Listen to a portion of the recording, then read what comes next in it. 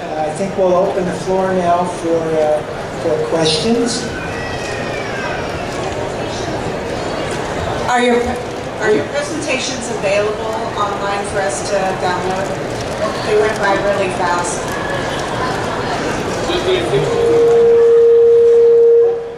They will be available on the Horn website. When you talked about carbohydrates and certain grains and things like that, kind of limited it to things like oats, whole oats, or wheat, are they in that same ballpark as far as being nutritionally essential? What? And what about peanut butter? Just unprocessed peanuts or peanut butter, something like that, also just no sugar, no salt, anything like that. Sure. So yeah, whole grains are really an excellent component of pet food. Whole grains provide carbohydrates, but they also provide a lot of other nutrients, particularly with B vitamins, which are needed for nutrient metabolism. The great thing about whole grains versus refined grains is that you have that outer layer, those outer layers that have those are the layers that really provide those essential nutrients. So they're an excellent carbohydrate source. You raised an excellent question about the oats. Number one, oats is the highest concentration of fiber of any of the grains, about 33%. The fiber in oats is different than all the fibers in all the other grains. They're called beta-glucans. And it's good. And actually good for humans and good for dogs and cats as well. And I actually wrote a lengthy treatise that was published in the British Journal of Nutrition, published last year. I was the editor-in-chief of that triggered supplement to British Journal of Nutrition. You can access it online. It gives you a rich history in the application of oats. So yes, there's a good application of oats. The challenge we have with oats is it can't grow enough of it. Peanut butter. Who would like to address peanut butter? Well,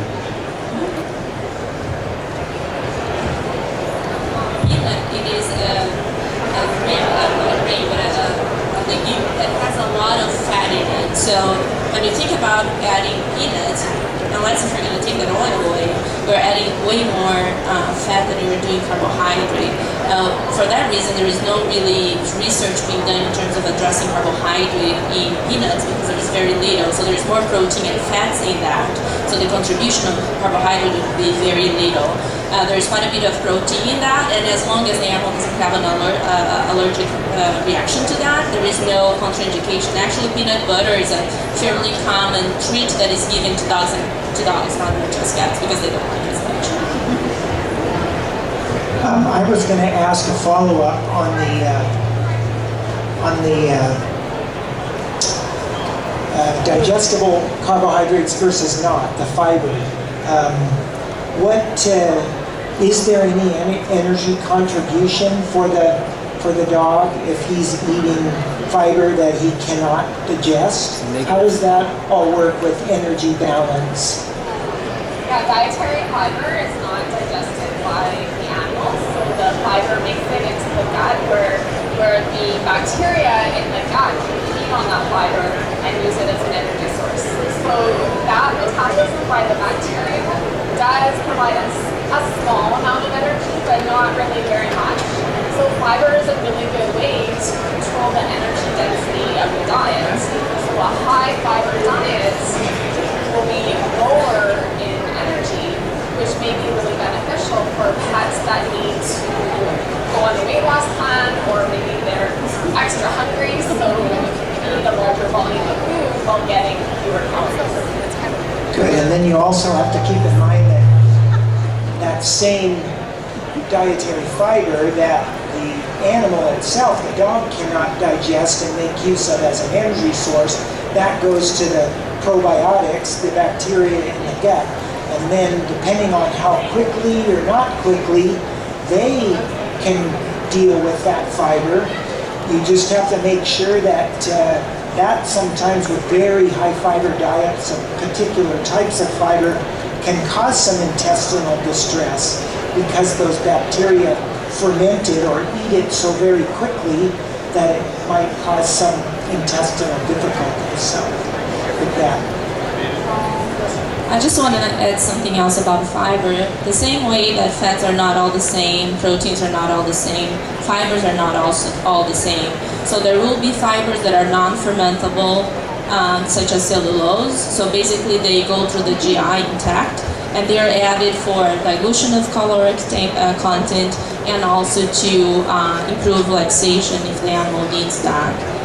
There are other kinds, and the caloric content of that would be 0 calories. Whereas there are others that will be fermentable, they can provide, let's say, 2 kilocalories per gram or so, which would be about half of what a starch would provide. And then you can have different types of short-chain fatty acids being produced. One of which that is very important for dogs and cats is butyrate. That is important for gut health and keeping the colonocytes, which are the intestinal cells in the GI intact, and actually help the animal to not suffer from GI conditions, and also for optimal health of the animal as a host, because we know nowadays that there's a lot of communication of GI and the host as well as the brain, and so these short-chain fatty acids are important signaling metabolites to the body. So these people make it very complicated, you know? All carbohydrates aren't the same, all fibers aren't the same, all proteins are not the same, all fats are not the same. Come on already. How are we supposed to get this right? Yes. So here, another question. Can I just ask, you put some protein levels up there that are minimums with AFCO and NRC, etc. And I understand about, they were the minimum. But we're seeing protein levels in dog foods now going up as high as 47-48%. Can you make a comment on that? Because I don't quite understand it. I don't think they could utilise most of that protein. Yeah, so protein, there is a minimum, right? Below that, the animal becomes deficient in terms of essential amino acids. And even when you're talking about total protein, you also have to look at specific amino acids, because nonetheless, if you say, oh, the minimum requirement for a dog is 8%, well, if you don't have within that 8% all the essential amino acids, the animal still may suffer from deficiencies, correct? However, there is no safe upper limit. So if you want to give, let's say, people that give raw diets for their animals, right? It's 60-70% crude protein on a dry matter basis, and the animal, it's able to handle that. The same way we humans are able to handle that too. If you eat, for example, Atkins diet.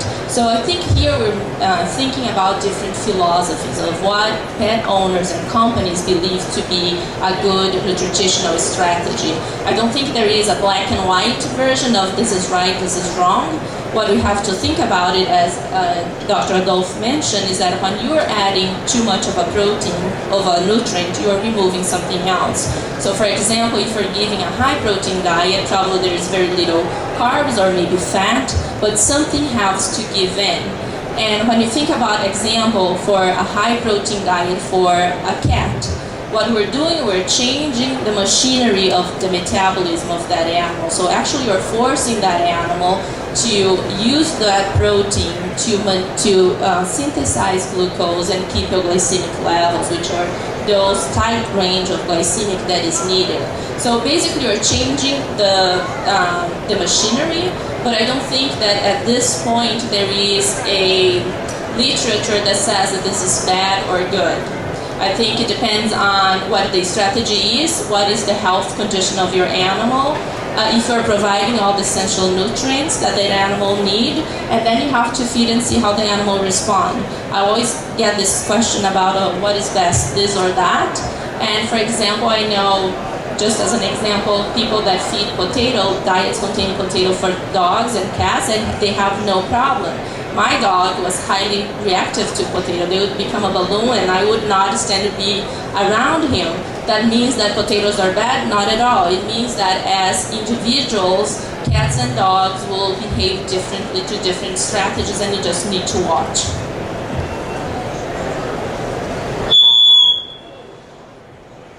Thank you.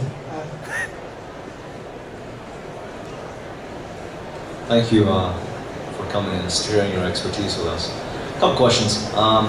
First off, is there anything inherently wrong with rendered proteins versus non-rendered proteins? Second question is, we've seen a lot of alternative protein trends like peas and sorghum and what else?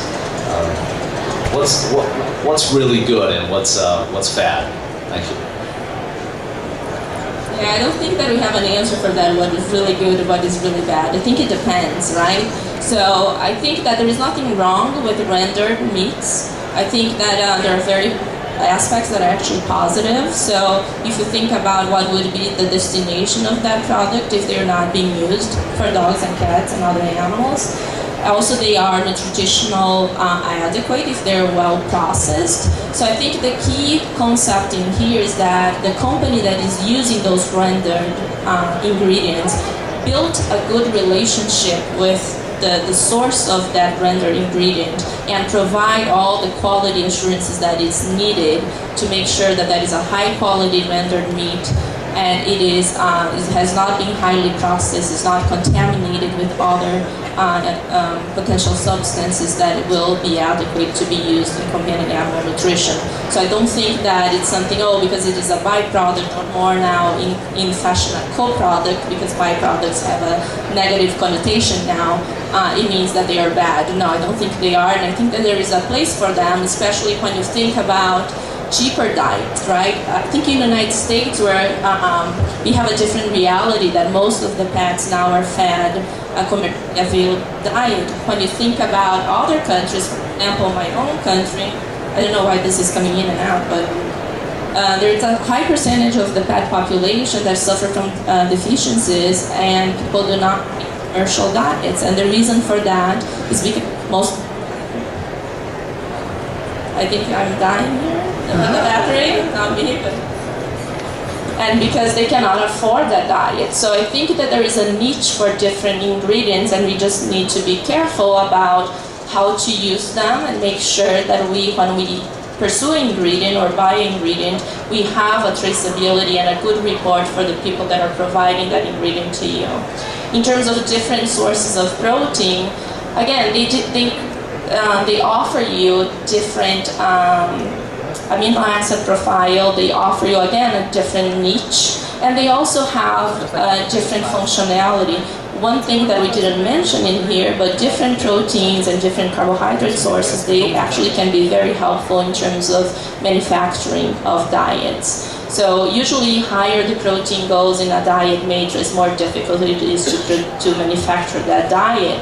When you put a plant protein together with an animal protein, actually helps them that processing of that diet. Same is true if you take down the protein and you increase the percentage of carbohydrate. So I think that there is several areas that different sources can be used as well as different niches. I think that pea is something that is really in fashion, or pulses are really in fashion in human nutrition. They're also rich in phytochemicals. And there is this whole idea of not only providing protein, but also providing phytochemicals, antioxidants, and things that may boost the immune system.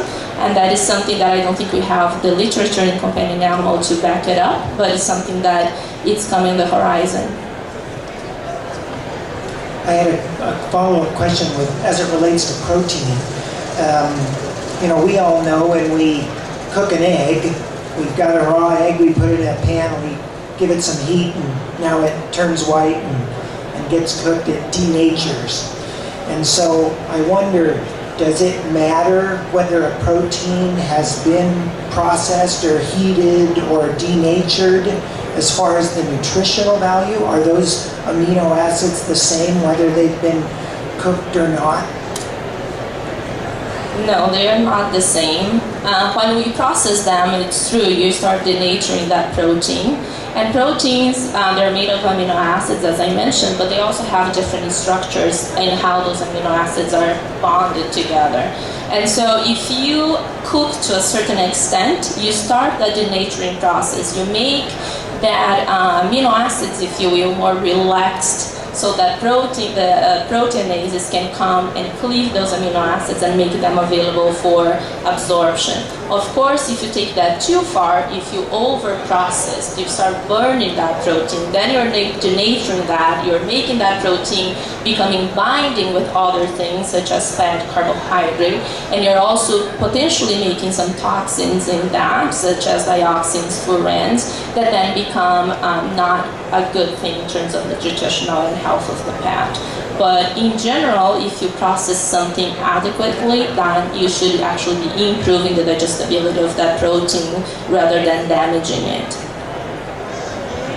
Good, and as that relates also to starches, what about starches? You know, you read about percent cook when someone's making when a manufacturer is producing an extruded pet food, a kibble, they talk about percent cook on what is the condition of that starch, and then what does it do as far as the digestibility or how the dog can handle that starch. Cooking for carbohydrates. Cooking for carbohydrates. I can't hear you. Okay, cooking for carbohydrates is also really important. The percent cooked or gelatinization of the starch is what changes the structure of the starch. And so when you extrude pet food and that starch is cooked, that starch is really important for holding that kibble together. It holds the kibble together, it creates a really nice kibble. It also makes it much more digestible for the pet. If you don't have that cook, then the starch is not as digestible, and there's more resistant starch that can be developed, which is also a type of, acts similarly to dietary fiber and can have digestive health benefits, but too much may have unintended consequences such as flatulence and diarrhea and all that stuff that we as pet owners, pet parents don't want to experience. So ensuring an adequate percent cook or gelatinization of that starch is really key from a digestibility perspective and from a product quality perspective.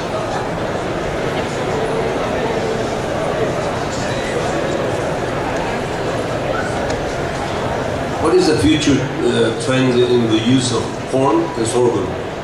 Do you find differences? And I see that there's a lot of companies using sorghum lately. Do you think it's going to be used more? There's a sorghum booth right there, so we could go ask them. Yeah, sorghum, ingredients kind of come and go. They're blacklisted for a while and then they become popular again. Corn and sorghum might be just that, and like anything else, each ingredient has individual nutrient characteristics, and so as a formulator, when I formulate a diet, I have to think about what characteristics, what nutrients does that ingredient bring to the product in order to create a healthy, wholesome, complete and balanced pet food. That's a really great question. The sorghum story versus corn. Looking from an environmental perspective, sorghum uses 50% that of corn. From a bioreaction, for making ethanol, for example, it's the same as corn. The nutrition profile is the same as corn, but harvesting is much more difficult than corn. But that becomes one of the issues I think we have to confront.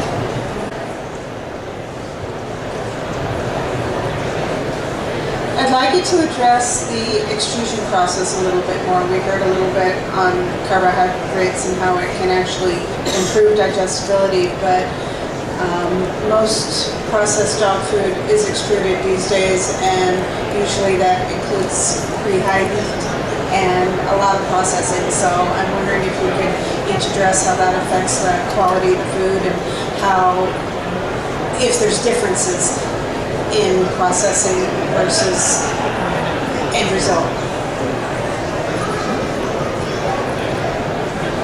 What do you mean by different processes and results?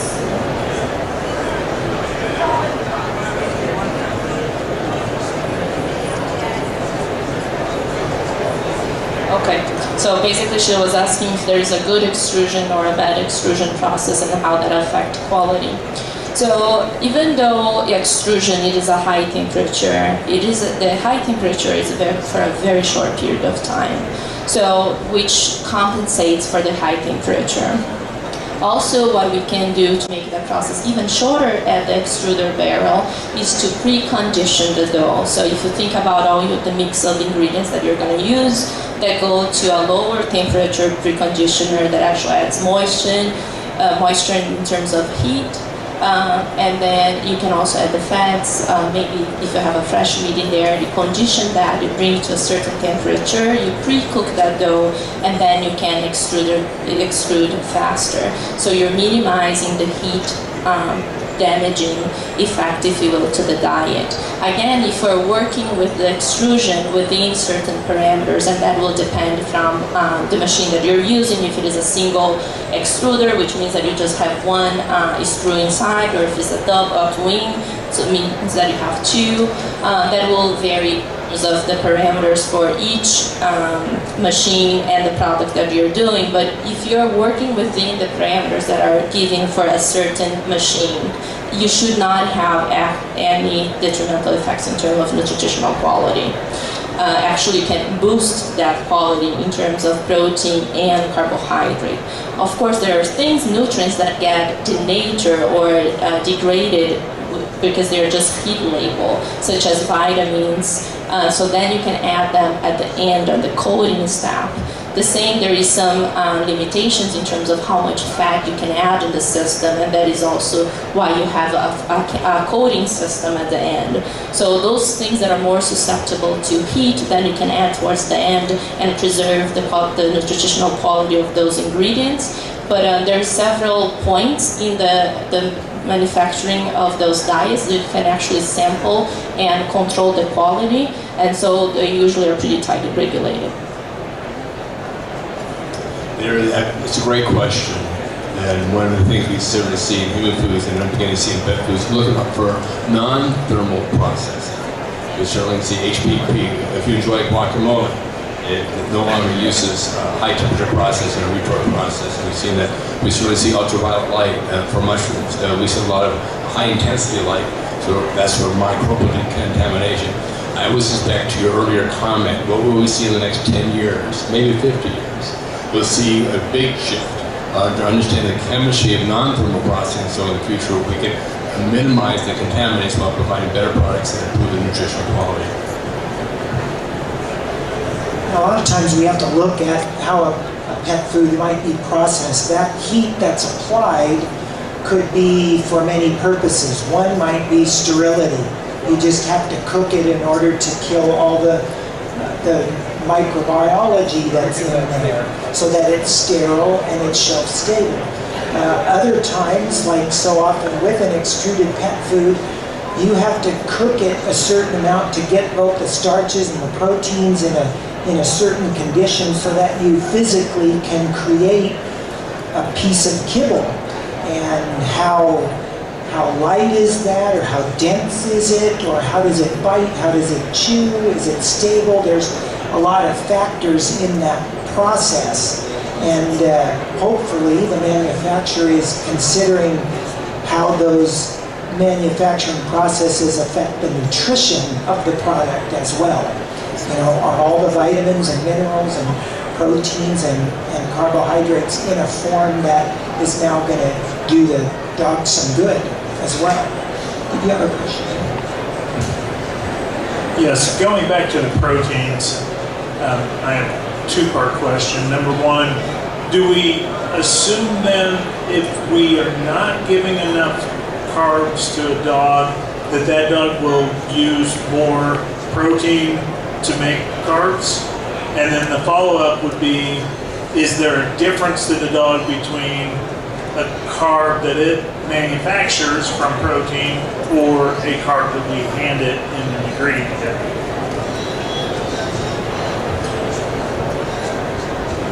So when you give a high protein diet, low carb to an animal, yes, you are favoring a machinery that is called gluconeogenesis, where the animal actually take that amino acid or a glycerol and synthesize glucose. So what he actually synthesizes is glucose, not exactly a carb, right? Which is the unit that is absorbed from a carbohydrate. So in terms of consequences to that, the energetics of going from protein to glucose rather than carb to glucose is higher. So there is more energy to that being spent in order to create that glucose. So that is one of the rationale why some weight loss diets, they increase their protein and decrease the carbohydrate. The other aspect to that is that you also leave the nitrogen of that amino acid to be handled by the body. So the animal actually have a greater amount of nitrogen going to the kidney and being handled, which some would argue that if you have an animal that have chronic kidney disease could be detrimental. There is not literature is strong either way. But so those would be some of the concerns. But in terms of being able to synthesize enough glucose to maintain glycemic levels, yes, they're able to. There's actually a study done many years ago where they look at female dogs in reproduction and they vary the amount of carbohydrate being given to that animal, and they saw that if you are giving really low carbohydrate diet for animals in gestation and lactation, you actually had to increase the amount of protein so that animal could maintain glycemic levels and have a nutrient adequate diet. So they are very able to do that. Cats even more so, because this is how they evolved in terms of strict carnivores. But it's just different strategies and what metabolism you are turning on or off. I think I will throw out some controversy here and just see if I can get your take on the whole no grains thing. Why is grains so horrible? I mean, consumers can walk into a store and look on bag after bag of dog food that says no grains and close to having a skull and crossbones on there. I mean, like, they're so horrible. So can you give us a little background on how that came about as to why they got so demonized by manufacturers or marketing people, and whether or not they are all that bad and such? So. Great question, thank you, Dave. I'll start with that one. So the important thing to remember with grain-free versus diets with grains is that grain-free doesn't necessarily mean carbohydrate-free. As I showed in my slide, there's many non-grain carbohydrate sources. So I think that carbohydrates have been scrutinized, and over the past while it kind of started in human nutrition with the Atkins diet, really high protein, really low carbohydrates. In the pet world, I think it started with the evolutionary diet perspective that dogs and cats didn't eat a lot of carbohydrate. But what's interesting is that dogs have been shown that they've evolved significantly from their ancestors, that they can handle quite a high dietary carbohydrate intake, and that those carbohydrate sources provide lots of different nutrients. So grains, particularly whole grains, I think are excellent ingredients to include in pet foods. One of the other issues is that, yes, some dogs and cats can't tolerate certain grains. It's not inherently because they're a grain, but it's because they have a sensitivity to that particular ingredient. And so, as Dr. Godoy said, you need to monitor your pet and identify which ingredients your pet does well on and which ingredients may cause some issues, and assess, and don't necessarily choose a diet just because it's grain-free, but choose a diet that works well for your pet. Excellent advice, Jennifer. What we see in the future is a thing called the microbiome, whether it's for humans and for our pets. We don't have a full grasp of that clearly. However, in that continuum of understanding, we do realize, like everyone in this room, you respond differently to different components of your diet. Dogs respond, cats respond differently as well. the bacteria inside the GI tract respond differently. And then the question becomes, is there an optimal, I'm using that word carefully, amount or kind of carbohydrate that will pair up with certain types of bacteria in the GI tract to give a healthy gut? We also know, as you'll see tomorrow and other speakers, that a healthy gut gives you a healthy immune system and a lot of other positive outcomes. But that kind of pairing research really is needed both in the human side as well as the animal side. Well, I think that the no-grain issue is really a battle among companies. I will be really that honest in here of my opinion. I think they have developed marketing strategies. I think that there is nothing wrong with the grain. Actually, when you think about whole grains, you're actually giving that animal the fiber that comes with it. And as Dr. Clemens mentioned in here, we know nowadays, and our lab is highly involved in studying the microbiome of dogs and cats. And we know that providing that fiber component, you can actually produce those short-chain fatty acids that I mentioned before and improve the gut health of the animal. When we compare that, for example, with tubers, such as tapioca, yucca, potato, they actually, unless if you're giving the whole, the outside of that starch source, actually all you're giving is a really high glycemic index carbohydrate to that animal that is highly digested. So I think that there are pros and cons, and there are also specific uses where you may want to use one carbohydrate source versus another. So if you're thinking about a diet that is for an animal that suffers from diabetes, that have any trouble, an obese animal, maybe you don't want to go to a high glycemic index carbohydrate source, but you want to do something that is a more low, moderate glycemic index. So I don't think that there's such a thing, no something, unless if you have proven that that is detrimental to the animal. I think that there are places and types of diets that they benefit from different types of carbohydrates and amounts of it. How does gluten from vegetable sources affect the animal?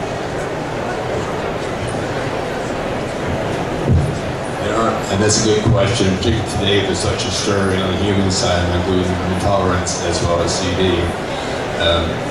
We do see that some breeds are more susceptible to gluten, and that's true, but it's not all breeds. What we see in the market is a continuum of, so while ours is gluten-free, that may not always be appropriate for that given breed. Actually, we have a number of slides and whole papers on that issue. Specific breeds do have issues, but most breeds do not. Good question. Thank you for sharing.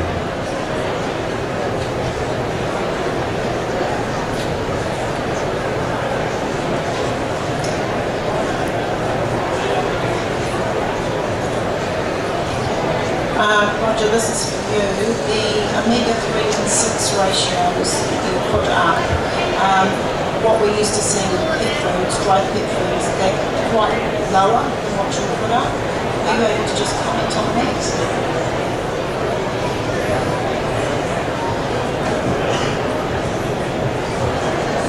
It's part of the humanization process. They're thinking of 1 to 1, 5 to 1. I think that's going to continue to change.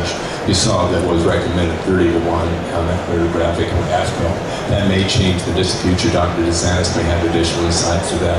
One of the challenges from a chemical perspective is that as you increase the polysaturates, your plant becomes unstable. So the technical aspect is how do we stabilize that product without compromising nutritional value. Next, David has a comment. Yeah, that 30 to 1 is the maximum.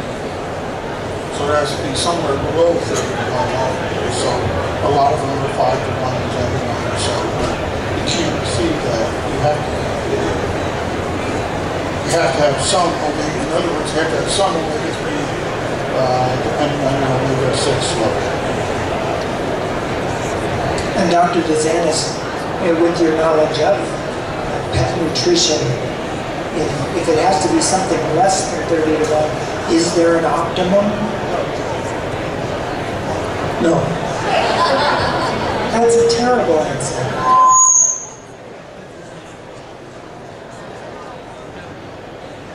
Well, I know that oftentimes, like I asked the question about the no grains, It's not hard to walk into a store and see a bag that says no this, no that, no, no, no, no, no. And if I could, just as we comment about this, is thinking about what might be driving that. Oftentimes it's strictly marketing folks that need a point of differentiation. And there has to be a way to make their food different from so many competitive foods. So just, be sure and take that sort of information with kind of a grain of salt. You have to think about what might be driving that, and also what might be popular in the human press or the human side of things. There might be certain things that are a real hot button on the human side, and so many times marketers will want to take that same information, that same emotional response that we're used to because we hear about it on the human side, and convert that to pet foods as well. So just be cautious when you're seeing, especially when you get to the extremes, all or none. It's usually not all or none. We've heard from our experts that there's some variation in there, and you have to find that works best for your pet. And so it's very uncommon that it is all or none, but somewhere in between. I just would like to add to that also sometimes food sources or ingredients that we think that are great for us for a particular reason may not be the case for dogs and cats. So I was sharing a story of a student of mine that said that her cat loved carrots, and she really liked that because carrots are a good source of vitamin A, which is true for dogs and humans, but not for cats. Cats can actually not convert beta-carotene to an active form of vitamin A.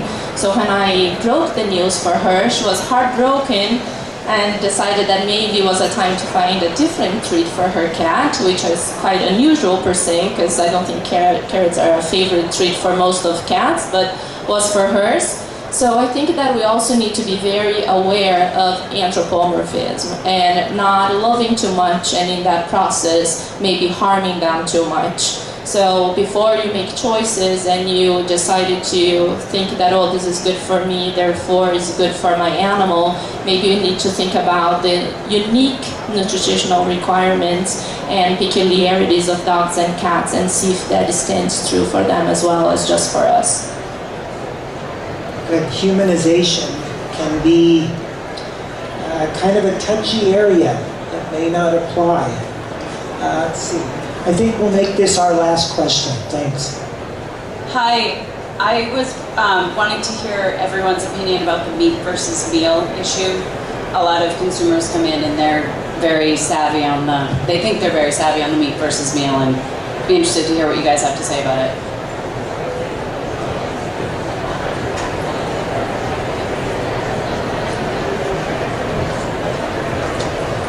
So I think people are very passionate about their nutrition, and I think the reason why people become so sensitive, number one, is marketing, because now you see all those pet food bags that has a chicken breast, a fillet of salmon, right? And actually that they don't look like that as they go into an extruder, but we're going to skip that. I think that again, you have to think about from where you're getting your ingredient from, and making sure that that is a high quality ingredient. It doesn't matter if it is a fresh or a rendered product.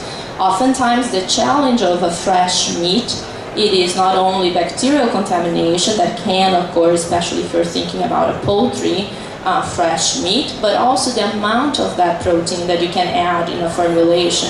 So if you remember that slide that I showed the ingredient list of a pet food, actually the first one was salmon, but the second one was a poultry meal. And a trick on those ingredient lists is that they are added by weight and not as a percentage of how much they contributed in terms of protein. So actually in that diet, I would argue that amount of the protein coming from the meal is higher than the amount of protein coming from the fresh meat, but that it is a marketing strategy that people are using not only to have a tag appeal, but also to being able to market their diets as having a fresh meat versus a rendered protein.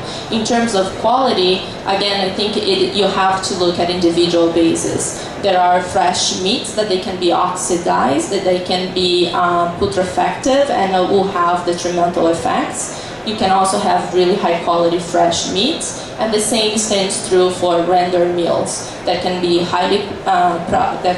well processed and have a high quality composition to that. And there are some that may not be, that they may have been over processed or not really taken care of and will be oxidized and having other forms of contaminants. So I think it all depends. Good. I think we're going to have to wrap it up. So we're just a little bit over time. But thanks for the interaction and the discussion going on. Our thanks to our three panelists. Let's have a hand for them. Good. And then, of course, they're always around if you want to snag them and ask your own questions. That'd be great. But thank you so much for coming.